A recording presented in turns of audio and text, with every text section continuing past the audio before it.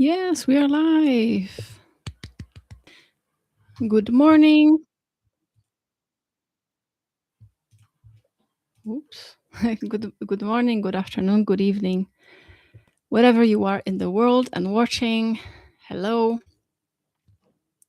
We are going to talk about overthinking today because people ask me about this all the time and it's not that simple to respond in like one Instagram DM, okay, in one sentence. So we are going to talk about how to not give in to our thoughts, how to not get flooded by the thoughts. Basically, something that I call the quiet mind method. Mm, and so that we can actually hear the true self, okay? It's a method of a bit of acceptance, a bit of understanding of like what thoughts actually are. So we're going to cover all this today. But firstly, yeah, welcome. Um, I'm glad that you're tuning in. Last week we were talking about do it scared, even though the dreams that we have, they're just so big and seem impossible right now. They are for you because you want them, because it's just something that appeared in your consciousness, and it had to travel all the way from the depths of subconscious mind for you to even be aware of what you want. So that was the hardest part in all this, and the rest is just your emotional regulation, really, and just pushing in spite of that. And I feel like overthinking is a big part of why we're scared. There is this voice of who we think we are, that just narrates this life, that provides interpretation of what's happening in front of us or and also within us. And it's so much easier to talk ourselves out of things, out of fear, than actually keep going. And it is very relevant in manifestation because manifestation is not an effortless process. And who, right, I can't remember what I was saying anymore, but that's okay. I will keep coming back to that. So, if you are interested in coaching courses, my program, all the links are in the profile. You can check it out. You can check out my website. Also, I gave my website a makeover. So if you have been there before, go and see it again. It's brand new look. It's nice and interactive. Made it myself, and so let me know how you like it, and also check the resources that I have there because there's a lot of freebies that you can use and realign from and build yourself up from. So hopefully they are of use. Mm. And I'm going to also test the live times. Last week we went live in the morning on Saturday. Today on Sunday. Today it's Saturday. But I really feel like I don't like Saturday mornings. I think at some point I really want to try evenings as well. But maybe somewhere along the way we will give it a try too. And also, it is 1st of August today. New month. We can start fresh. If there is something that you wanted to start but didn't have motivation, hey, it's start of the month, so maybe this is your push, your motivation to start doing something consistently. It's like a new energy, even though it's made up by us humans, of course. You can always start in any moment, but what kind of assumptions do you want to have this month for yourself? What do you want to consciously select for yourself? What assumptions? Um, what do you want to achieve? What is your goal? So it's good to have assumptions because when you assume the best tends to happen. Yeah. So since there's no one here, I'm just going to be talking to myself until someone comes and joins me. Um, I have my coffee this time, so I'm gonna have a sip. Mm. I don't understand like getting coffee from like a coffee shop or something, because I make my own best coffee at home, to be honest. And it's really easy to like disappoint me when I go somewhere, and it's like also so expensive. Like, so cheers to my own coffee. All right, let's talk overthinking. Um, I see a lot of trends online where people, um, all of a sudden, everyone has either ADHD or some anxiety disorders, or are overthinking and just cannot, continue their life in peace. And I understand that, because once you once you get to see that other people suffer from something that you suffer too, we are self-diagnosing ourselves a lot, and it gives some temporary relief. But then what? Like, does this label of someone with anxiety actually help you, or is it now an excuse for you to just give in to whatever is happening?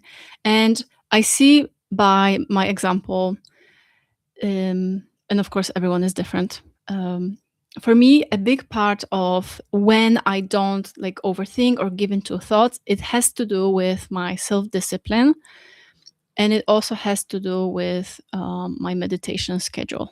And they are all connected, because if I don't have self discipline to meditate regularly, then I easily give in to life events and thoughts and all that. Uh, and it on and on it goes. It kind of spirals together.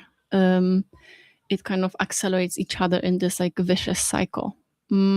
So what one thing to always look into, in my opinion, when you tend to overthink, is to ask yourself this big question: what is this overthinking trying to mask?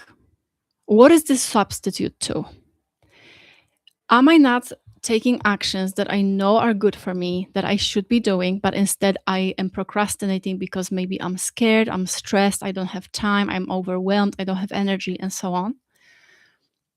Is it because I just don't do the things that I know would help me feel more confident about myself, and then I experience a lot of thoughts that I don't like, that they are doubtful, that they are not really helpful.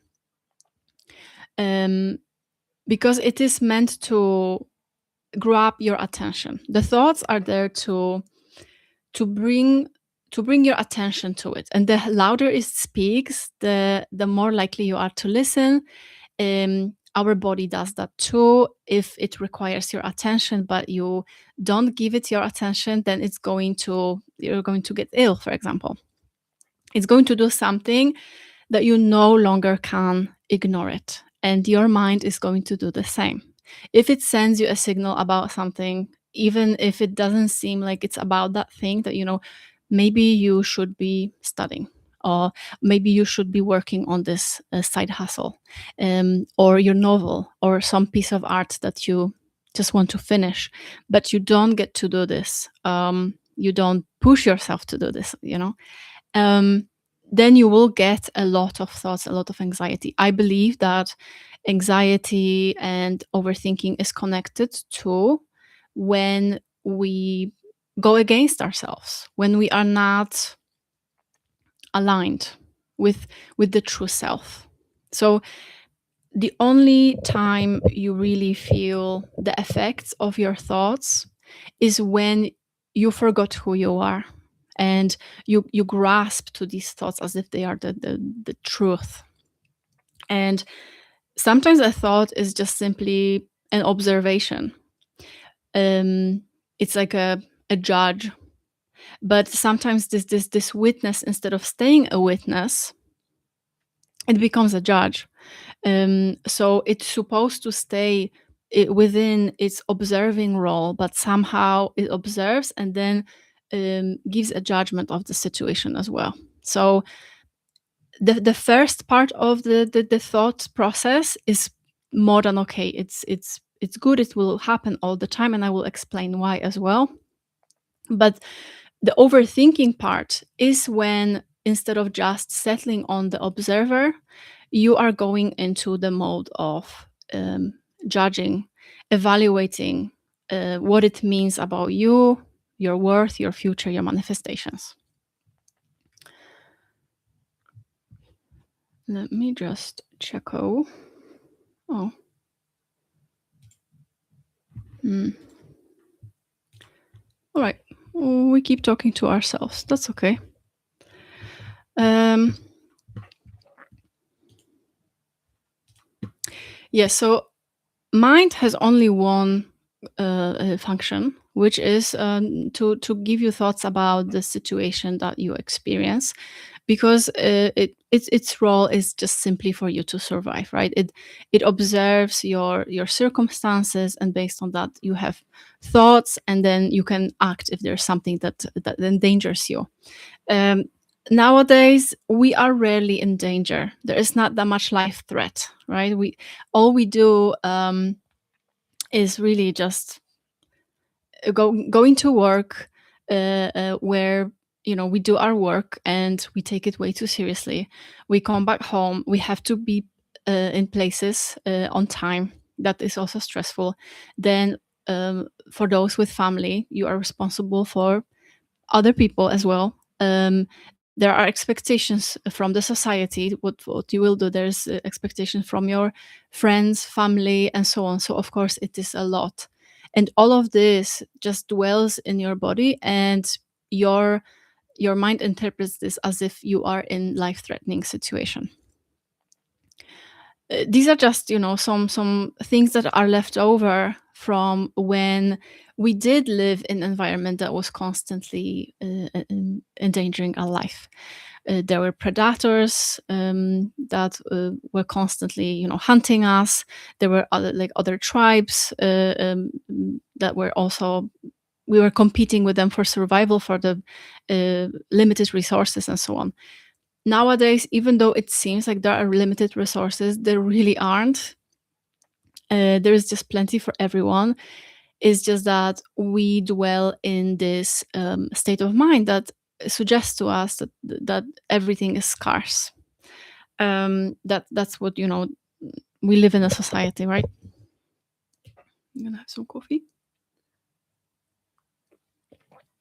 So if the mind is supposed to help you survive, but there is nothing really happening that is life threatening, it doesn't have an off switch. It has literally one function: to think. So if there is nothing happening, it doesn't know, like, you cannot just shut it down. It's still going to be active.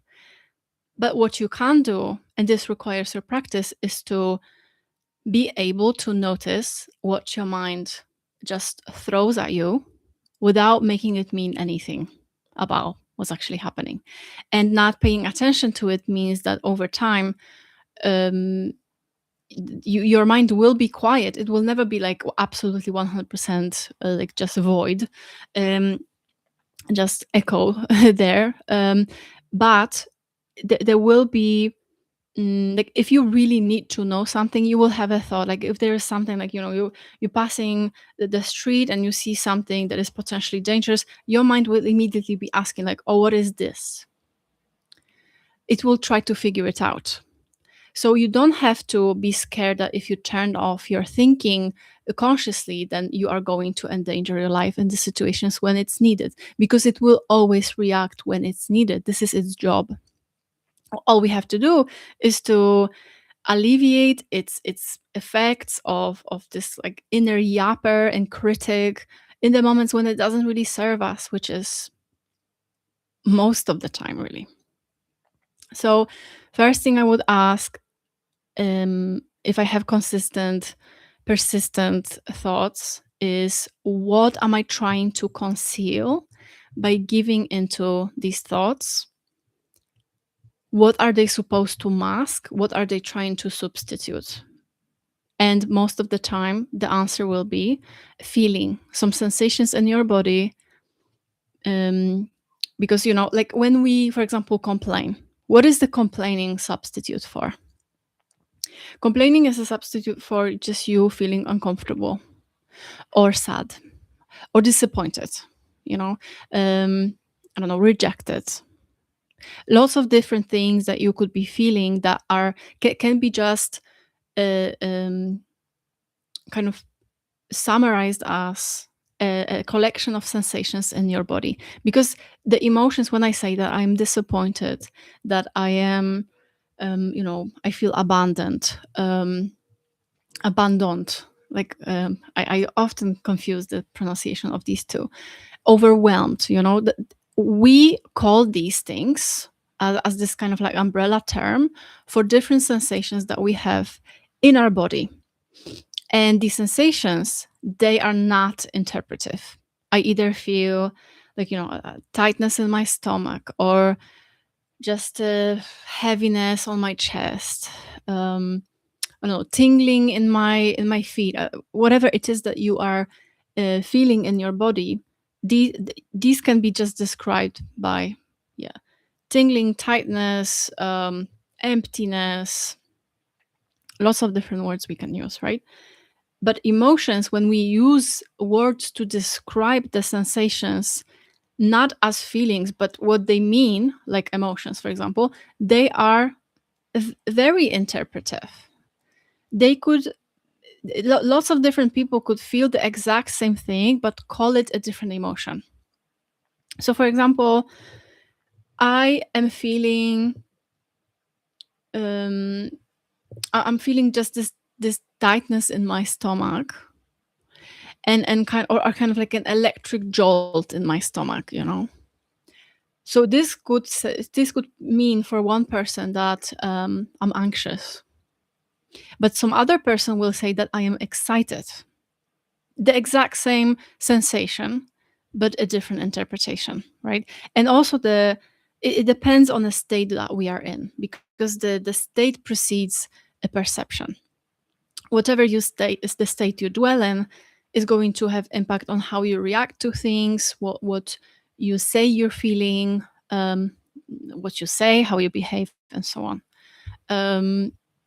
So it is important to always just come back to this level of sensation, because it is non-interpretive. Even if you don't know the words, how to explain what you're feeling, you don't have to explain it at all. You don't have to know what you're feeling, sorry, in order to burn the energy behind that sensation, that emotion, to complete its energetic cycle. And when we complain, when we overthink, when we just give in to, the story of what our mind is telling us, we are not feeling. So the first thing in overthinking is, what is this thought, or the collection of thoughts is trying to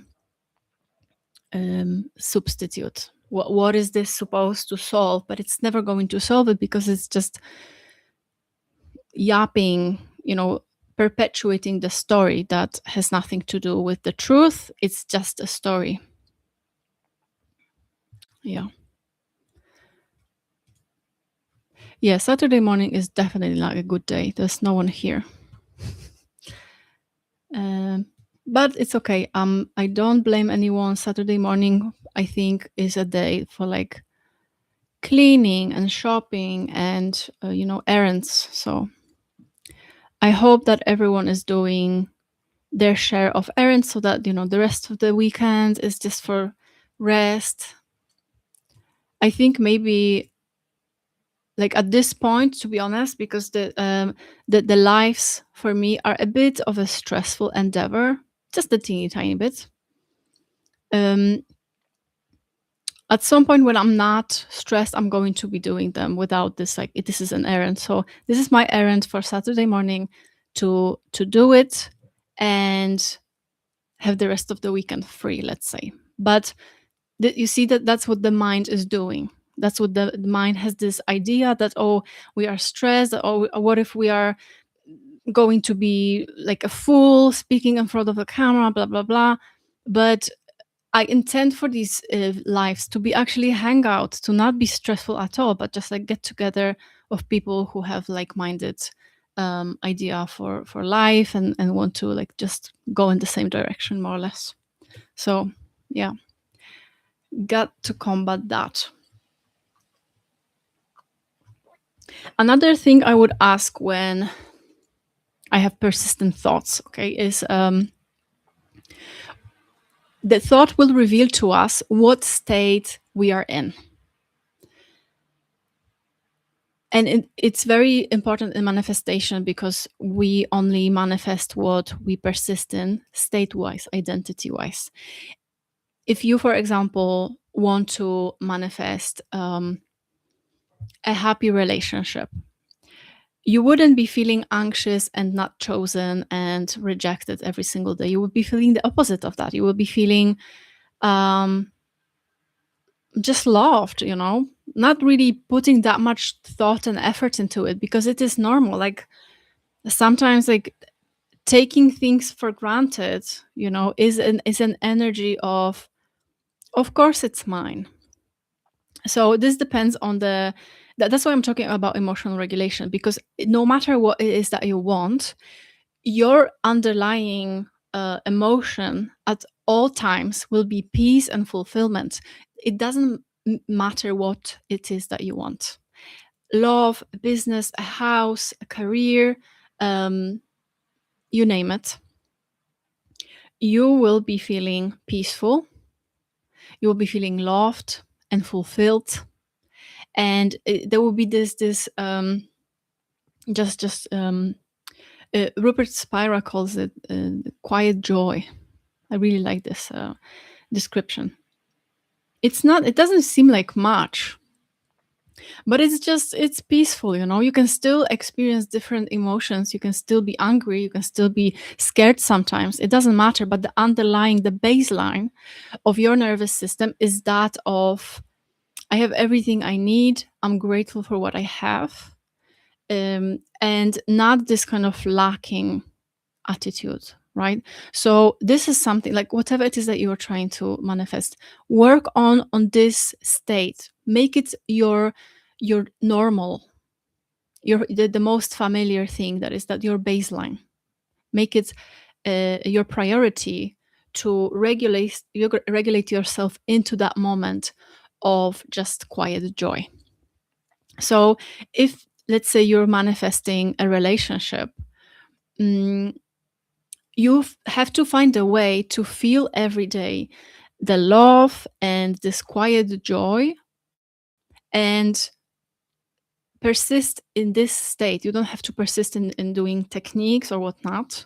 This is not what we are persisting in. When they say persist, it doesn't mean that you have to keep doing all these different techniques and perfect execution, because honestly, if you had the love of your life, would you be like imagining being with them or scripting your dream life? Probably no. You will be scripting maybe something that you want later, down the line, with them in your life already, but you will be in a completely different place as well, most likely. So the thoughts and emotions that you get, that are kind of like the emotions of lack, okay, if you're not in this baseline that you were meant to be in, ask yourself, like whenever you have the thought, treat it as an opportunity to like realign and ask yourself, who am I being in this moment that it upsets me? And the energy that you do this with also is very important, because if we start to police all the thoughts that we have all the time, then we are just going to get better at finding negative thoughts. Our mind is going to learn to look for the imperfections, because this is what we are training the brain to do. So don't overdo this.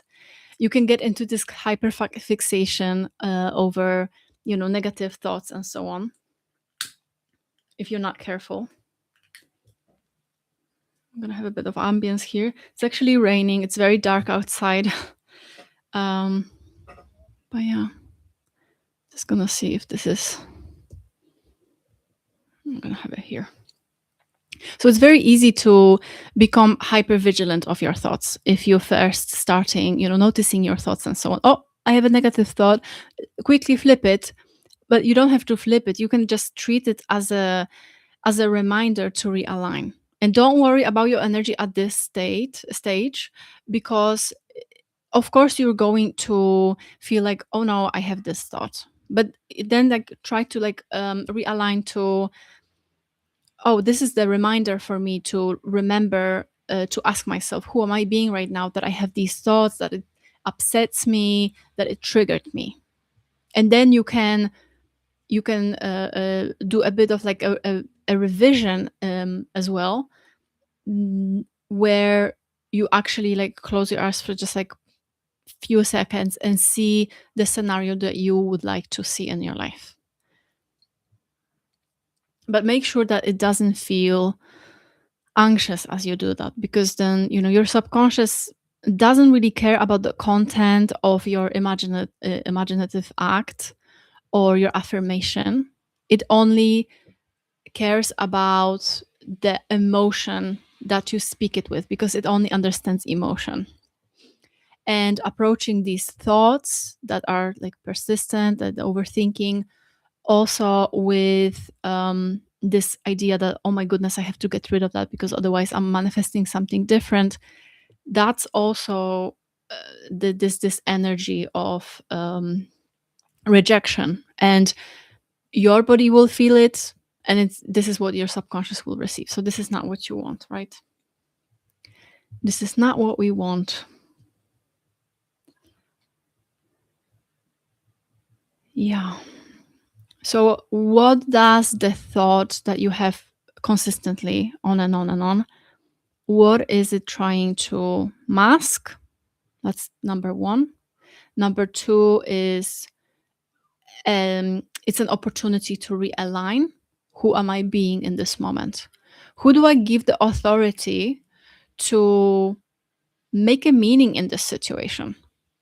Because if it's something that doesn't feel good to me, then it is not aligned, and it's not me who is the authority. The me, the real me, the self with the capital S, of course.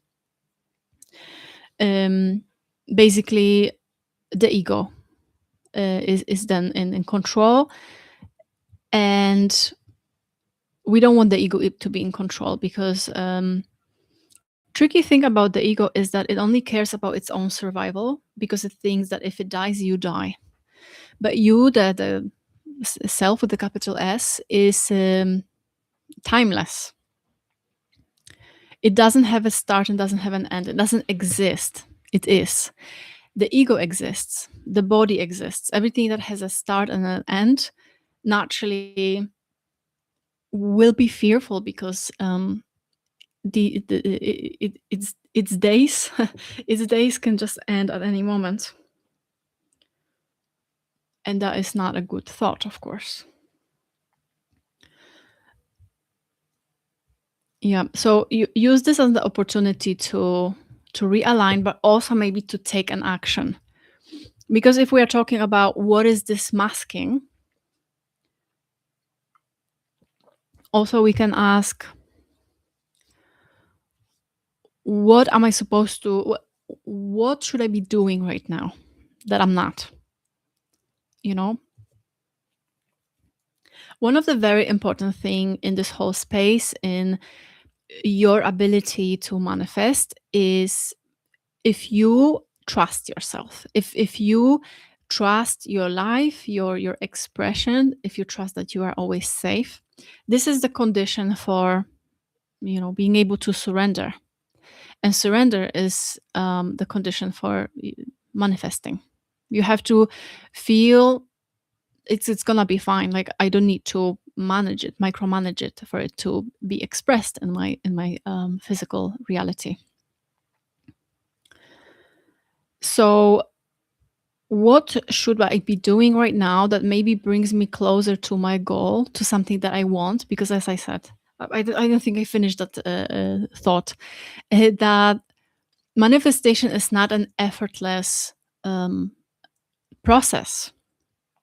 It requires your effort, especially if you're creating something from ground up because you are the creator, what does it mean that you're the creator? It means that you, not only that everything that you see and experience is created inside of awareness, who is you.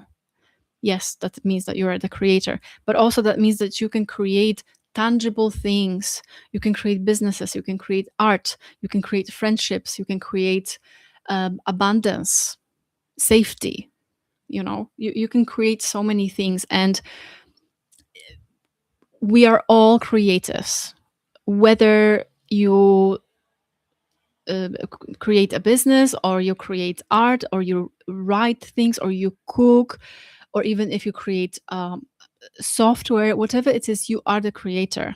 We are all very creative beings, and if you don't express your creativity in the way that is for you, you are going to be bombarded by thoughts that then will be like overthinking, because they don't always communicate exactly what they mean, because they depend on the state you're in.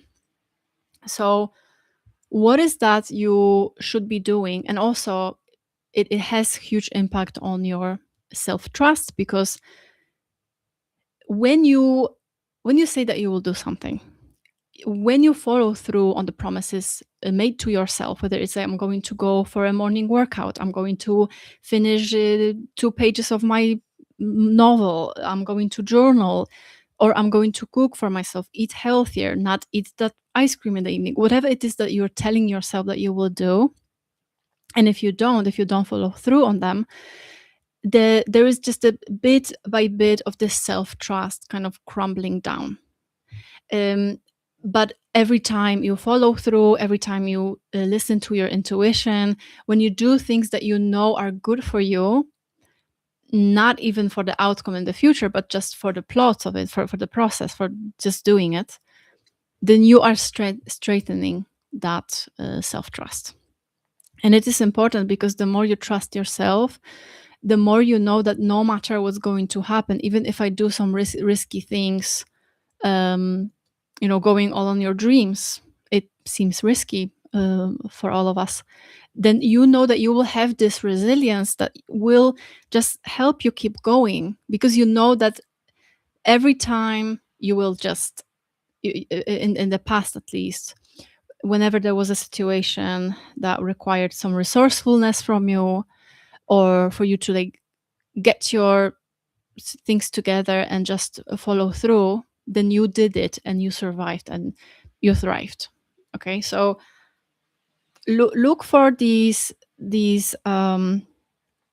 proof in the past that you were always, thanks to your resiliency, that you were able to just follow through and remember that you did.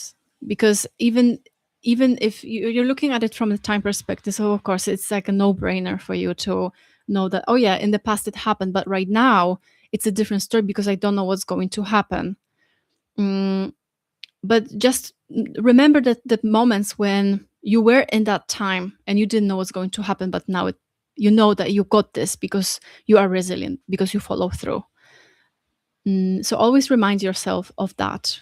Make a list of things when you didn't think things are going to work out for you, but did.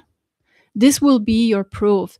If you need confirmation, look back for that confirmation.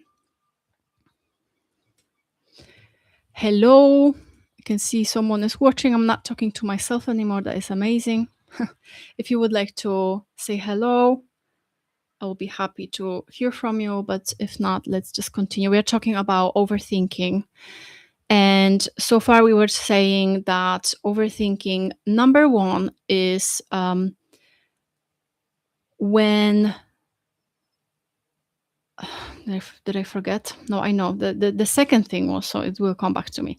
The second thing was that um, thoughts are for you a way to um, check in with yourself, like who is in charge, who am I being that things trigger me, who am I being that I have these thoughts. And it's just a signal for you to realign, maybe a small imaginative act or some affirmation that really makes you feel like you're in this wish fulfilled. It will get rid of the thoughts, at least for a moment. And we live on the moment to moment basis, so this is good enough. um, And let's also not expect that you can just get rid of overthinking once and for all and you're good to go. And because this human mind, it will just keep coming back to the old stories until they are deactivated, essentially. And it has to be persistent. If you are to persist in one thing only, is to not give in to the thoughts that you have.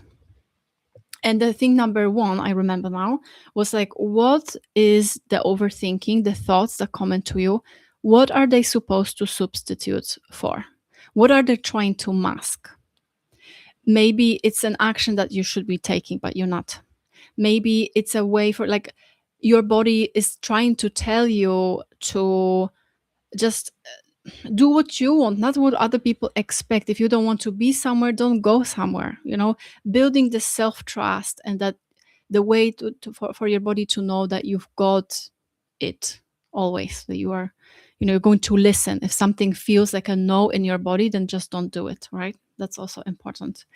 Or maybe it's not about an action, but it's about the feeling. Maybe you've got all these thoughts because there are certain emotions still trapped in your body. Maybe there are certain sensations that you avoid feeling because they feel uncomfortable. So thinking is a way to mask, because if we think or talk or complain about something, what is this substituting? It's substituting just us staying in stillness with ourselves and trying to feel what is present. Mm.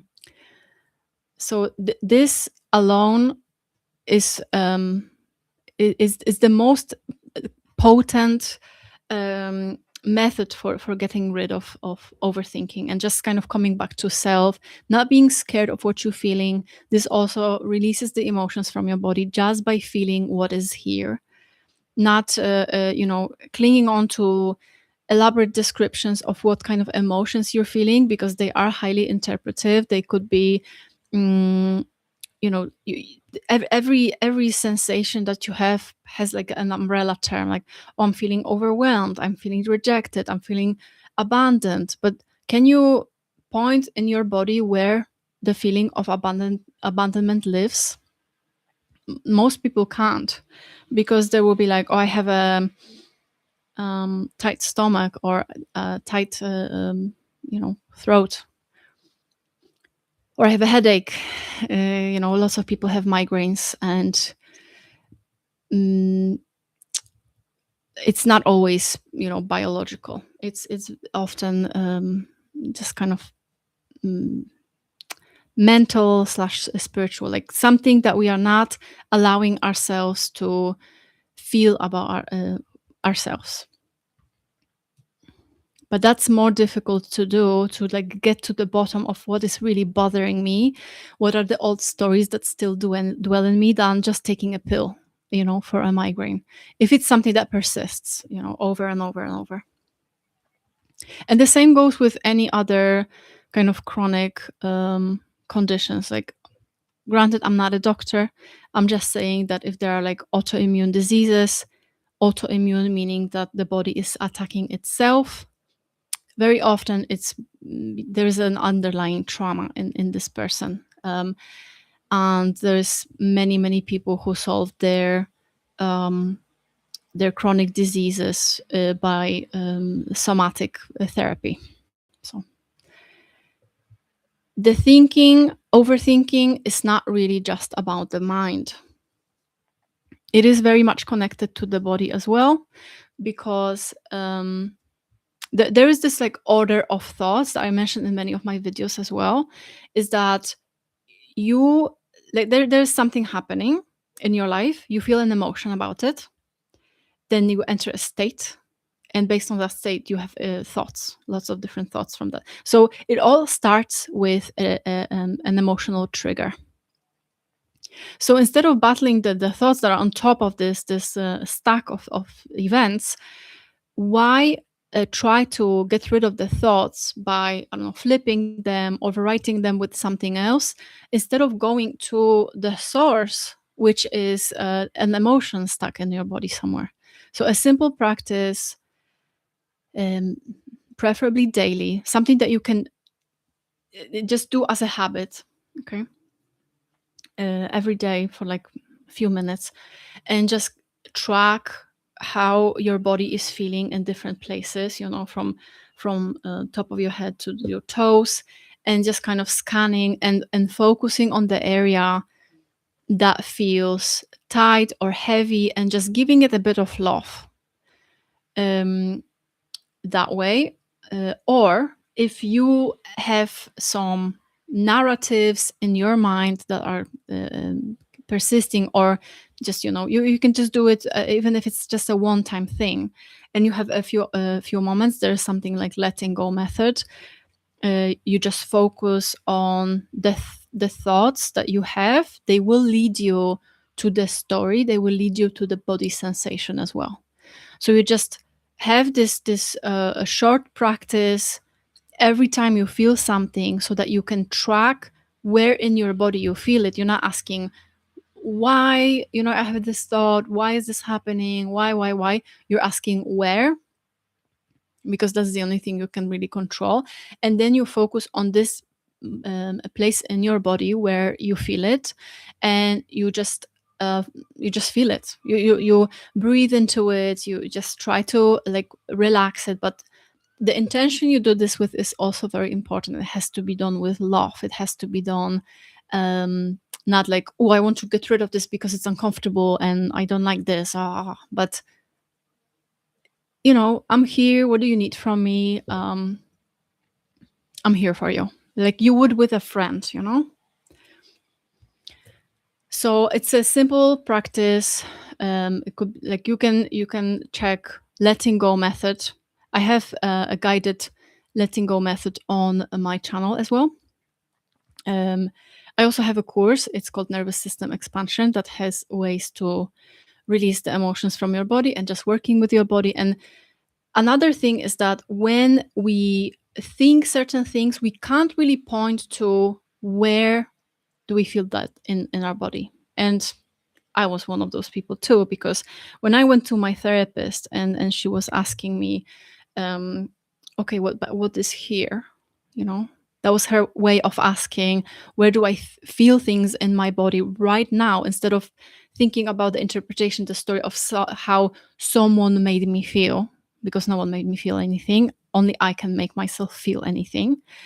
I didn't really understand when she was telling me, where do you feel it in your body? I was like, how can I feel an emotion in my body? They are just like those wisps of magic, and they're in my mind. Okay, so follow up. Okay. I was so clueless when it comes to my emotions. And this is why I do this right now, because once I understood how important it is, like everything changed for me, and I'm like, people need to know. So this course I have, it helps you develop this body awareness. If you don't feel your body, you need to spend some time on like befriending it, getting to know its cues, and it talks to you 24/7 all the time. So it's very, very useful to befriend your body. It will tell you in the situations where you don't really want to be. There will be a very clear no coming from your body as well. Sometimes, someone tells you something and you get this in your chest, like your whole body is kind of like, nope. Mm, and notice also the moments when, in spite of this like very visceral no, you do things anyway, because it feels like it's an expectation. That happens a lot with people, and I feel especially with women. With men, of course, too, but I'm just talking like percentage wise. I feel like we are more conditioned to be good girls and just do things, even if it doesn't feel 100% comfortable to us. But when you learn to get to know your body's cues, um, you when you understand how your body communicates to you, it gets easier to understand what it's telling you. And it doesn't mean that you have to always act on like what your body is telling you. Sometimes it's just a signal in itself that you don't feel comfortable, so maybe it's the area where you should be expanding, normalizing things. Because when you're building a business or doing public speaking or something that is really, you know, takes a lot from you, a lot of your energy and stress as well, even though we can say that it's just excitement, right, not anxiety.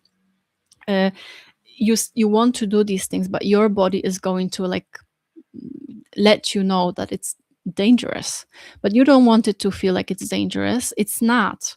You know that this is something that you should be doing because it will help you and like manifest the life you want. That's a part of like why manifestation isn't effortless. It will never be effortless if you want to build the things that you want. Because even though you do things that you really enjoy, let's say that as a content creator you have to create content, and you enjoy making content, you know, because this is your dream to do it, so that's great. But there are days that you don't want to do it, and then you also have to push yourself a bit. Sometimes, you know, there is also this shiny object syndrome, that you start a project but you just don't want to finish it. You feel like you have so many other ideas that you could be working on right now, but you have to finish this one thing. So you still have to push yourself to do it. Your body is going to tell you no, but you have to gently say to it, I got you. I see that you don't want to do this, but we're gonna do it anyway, okay? And it's gonna be fabulous. It's gonna be great. So don't worry, I got you. So just learn to evaluate which moment is what. Like if there is someone who is doing something you disagree with, you feel violated, but you're still going for it, that is breaking your trust, your own self-trust. But if there is something that you know will bring you closer to what you want, but your nervous system is kind of not ready for this, then doing this in spite of that nervous system maybe not being 100% ready is a way of communicating to it like, look, even if there is something that feels dangerous, it's not really. So we can keep going, and it's okay to feel these disturbing emotions and keep going in spite of them. Because if we just take a bit of rest or retrace, and this could be a way of telling your nervous system that, yeah, you were right, it was dangerous, so we took a step back. So sometimes it's actually good to push yourself and do things in spite of that fear. Yeah. And overthinking lives in your body as well. So if you follow your thoughts, it will bring you to the story. It may bring you to, like, you know, your inner child self, that requires your love, your attention. But sometimes it's just also a way of talking to that part of yourself who is scared to do things, to soothe them. Because when you start to manifest something, you are trying to like seed your mind with a new story, and you are challenging the parts of yourself that used to live differently, right? Let's say that you are manifesting money, but you come from a place that was not enough money. Um, your parents were telling you that, you know, money doesn't grow on trees, and you always thought that you have to work hard to be paid. And now you're manifesting money. Maybe you're building a business or something else. But there will be part of you that is, you know, old, that is feeling scarcity, and it's going to it will also want to survive itself. So when you start a new story, the old story will kind of fight for its survival. So it will need a bit of your reassurance that it's not going to die. Instead of dying, that part is going to be integrated into you, because you are now fragmented against yourself. Different parts are doing something different, but you want them to become one again. that work together in the same direction. And I had this thing lately as well. I actually wrote it in my journal, and I wanted to read you a bit what I wrote here. So I had a bit of a persistent thought. It comes up once in a while. That is like a scarcity thought. Um, and as I was coming back from the supermarket, I had this voice in my head. So I started a little bit of dialogue with this part of myself, and then I wrote it down as well. So I wrote, I do not condemn her. It wouldn't matter without her. So this is what I told this part of myself. Listen, you are not going to die. Nothing would matter without you. You are an essential part of this whole achievement that we are going to have in the future, that we are now building. And here's why. I reassured her that she will never disappear, and she will never be forgotten. She will always be a part of us, a part of our story. We only got here thanks to her. And it wouldn't be such a big achievement if not for her conditioning, where she began. She will be a part of the new, a big, important part. So these parts don't die, they are integrated into the story. And it can only be embraced by loving and accepting it, seeing where it came from, seeing its needs and generous contribution to who we are right now. They did their best with the tools and awareness they had at the time. So why do we try to override them, push them away, as if it's a faster route? It's not faster, and it's not more loving. It's not power to reject parts of yourself. Um, it's a tragedy. It's partial necrosis, I also wrote. So what I mean by that is that being fragmented, being at war with parts of ourselves doesn't take us anywhere faster. It actually slows down our our progress. And these parts that were with us for so long and now are being challenged, they are fighting because they think that they will die, but they will not die. They are becoming the part of the new story. And what I wrote in there, I'm not sure if that was like very clear. It felt clear at the time when I was writing it down. That if I were coming from a family that was well off, and achieving something big wouldn't feel that much of an achievement. It's like, yeah, sure, everyone did it in my family already, that's fine. But if you're coming from like a humble place and you're challenging this part of yourself that does feel scarce, it is going to become a bigger deal, a bigger achievement because of that part. So I think it's something, there's something beautiful about it, that we try to reject the parts of ourselves that are the reason why um, it's even considered a success. It's a bit of a paradox there, I think. So no, these parts do not die. You cannot like reject parts of yourself because they are still part of you. They are still you. It just to our mind, to our experience, it looks fractured. It looks like it's not whole. And they will not die. They will just be integrated back, because how much energy does it actually take to maintain them? And that's the energy that we could be using to create the life we love. So instead of maintaining the old stories, we should confront them, we should feel them, and that way getting ourselves back, getting the energy back. Even this like hypervigilance and trying to fix your thoughts and so on, it definitely, it takes energy. It does. It takes a lot of energy.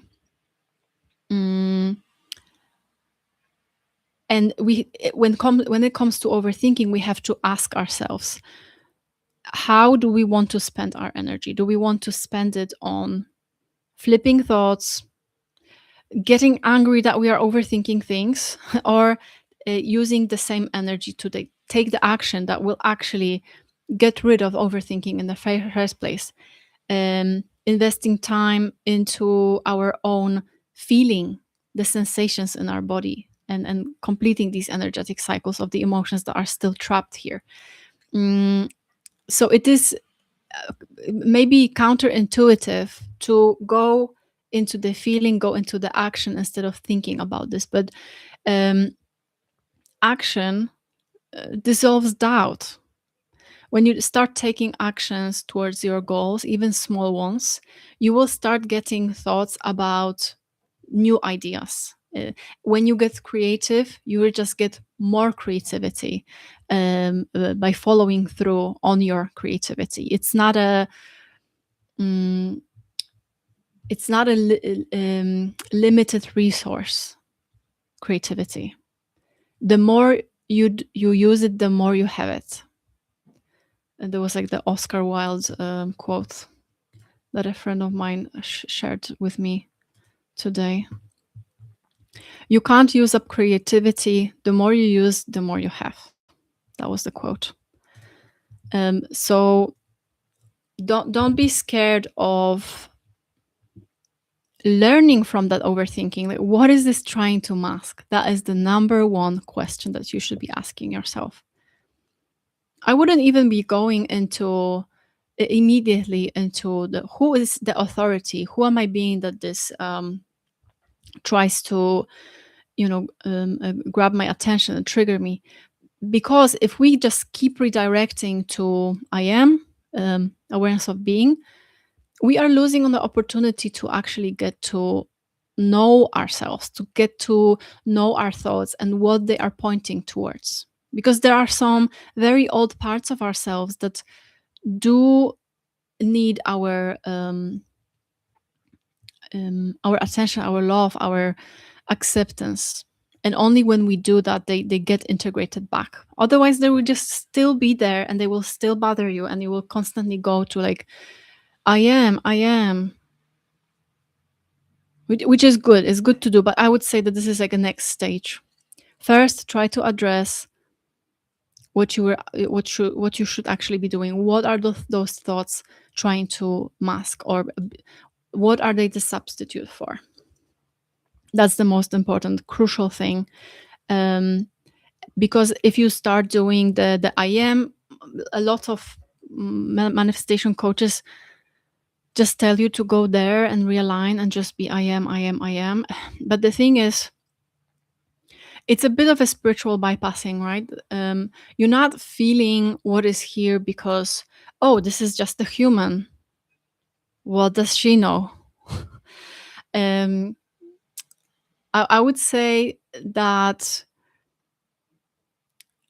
we try to take the magic away from this human and see it as something lower, because the higher self and the spiritual self and is just so much more impressive and powerful and so on. And this body only has anxiety. So no, but the truth is that the I am awareness is, even before this body was existed, while this body exists, and will be after this body exists. So it's not really that much of a special thing. It's the most ordinary thing. Awareness is just so ordinary that we miss it most of the time. Like most people on this planet just walk around without even knowing that they are awareness, right? So this is the most ordinary experience. It's easy to miss because it's just so subtle. But this human is something that is really like scarce, because you only have just a bit of time with it, and it can create things, and it can feel, and it has limited capabilities that you have to go around and try different things and build resiliency and grow and expand and all these things. Awareness doesn't do that. Awareness is already all there is. There are no high stakes. Everything is just breezy and fantastic and joyful, in our human terms, very peaceful and so on. So it doesn't really, it's not special. It is your constant, something that you can always come back to as your true self, because that is true. But let's not minimize this human experience. Let's use the I am to not diminish the human experience, but make it more special. Um, Make it a bit lower stakes, because it feels like, the scarcity and mm, like time is limited and all that. That's what the human experience is. Like, we are stressed for our life and so on, for our lives. But so we can use awareness as a way to ground ourselves in this idea that we are always safe, but not to make this human safe feel and seem irrelevant, because it's not irrelevant. It is very relevant. It is why we can have this experience. This is why we are here, to experience emotions. Emotions are the experience that we are here for. Yeah, that's what I think anyway. Okay, I think it is time to wrap it up, because nobody showed up apart from someone is here, but no comments. And I think I said everything I wanted to say, apart from the questions I wanted to answer. So I will be trying different times. I think maybe next week, because next week I'm traveling a little bit. I will try to do this Sunday morning. But eventually, at some point, I want it to be an evening occurrence, so we can have, I don't know, a glass of wine together or something, and talk manifestation, talk expansion, and all the good stuff. Yeah. So I hope this live helped you to like understand your overthinking, not be scared of it, not see it as an enemy, not try to get rid of it, but at any cost, but simply as a way to realign. Ask yourself, what is that I can do for you, human? um, where are we not aligned? What would you want me to do? Where am I forgetting you? Where am I forgetting the purpose, the function of mine, why I'm here for? um, because in the busyness of life and the stress of everyday life, and the way that we are overstimulated by everything nowadays, it is really difficult to just not overthink, not be anxious, not feel like you have ADHD. You don't. Okay, you don't. And we are chronically self undisciplined, in my opinion, as well. Maybe it's just the Capricorn speaking in me, but I feel like we all could use a bit more self discipline. Yeah. And I'm the first one to learn, because I'm not very self disciplined at the moment. There were times when I was, and everything was great, and I had a very quiet mind, and I would push myself to do things that weren't just, for the plot. So, yeah, um, let's find balance. So, like, learn to learn to understand your body's cues, when it's time to look into a thought, and when it's okay to just brush it off, because some of them are just have nothing to do with you. um and this way we are not also like dooming ourselves to this hypervigilance, because at the end of the day, if you keep thought policing yourself, trying to get rid of all the negative thoughts that are not in line with your manifestations, you are just going to get really good at finding negative thoughts and thought policing. But maybe that's not what you want to do, because then you're going to be you're going to be creating problems so that you can solve them, because you're so good at them. So there's just a fine line to like do this like self audit sometimes. Or if you want, you can always work with me. I have coaching. I have a course. I'm also working on a new course, the Quiet Mind Method. You can sign up to my newsletter so that you know when it's ready. And yeah, I will see you in a week, Sunday most likely. Yeah, yeah. Okay. All right. Thank you very much. Have a great weekend or day or whenever you are listening to this. Thank you for tuning in. I hope that you had a lot of insightful moments from this life, and I hope to see you again. Thank you. Bye. Kisses.